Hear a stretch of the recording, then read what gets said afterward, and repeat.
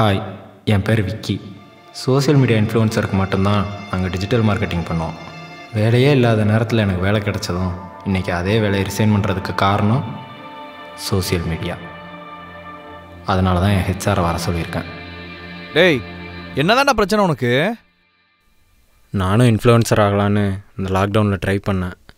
நிறையா வீடியோ போட்டேன், பட் எதுவுமே ரீச் ஆகலை.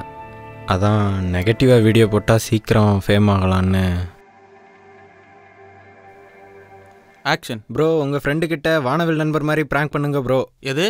செஞ்சுட்டா போச்சு. சண்டே ஃப்ரீயாடா? ஏன்டா? இல்லை, ஓயோ போகலாம். போகலாம்டா. நம்ம போய் என்னடா பண்ணுறது?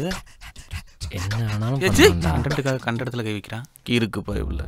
டேய், நீ சொன்ன மாதிரி தான் வீடியோ அப்லோட் பண்ணியிருக்கேன். ரீச் ஆகுதான்னு பார்ப்போம். இந்த மாதிரி நிறையா வீடியோ போட்டேன். ஃபஸ்ட்டு யாரா நீ கோமாளின்னு ஸ்டார்ட் பண்ணவங்க போக கெட்ட வார்த்தையெல்லாம் யூஸ் பண்ண ஆரம்பித்தாங்க. தொடர்ந்து வீடியோ போட்டேன். ஒரு பக்கம் ஃபேம் கிடச்சாலும் ஃபேமிலியை ரொம்ப டீப்பாக பேச ஆரம்பிச்சிட்டாங்க. வெளியே வர முடியல. இவ்வளோ ஏன் மொட்டை போடலான்னு சலூனுக்கு போனேன். அங்கே கூட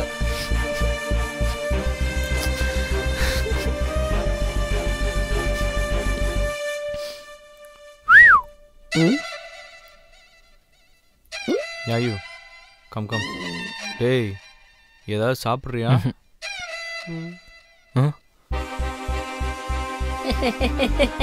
ஏய், நோ நோ நோ நோ, கோ கோ கோ கோ.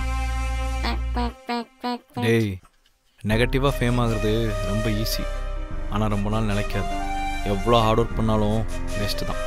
இதோ இவரும் ஒன்றை மாதிரி தான் கிறுக்குத்தனமாக வீடியோ போட்டுட்டு இருந்தாரு.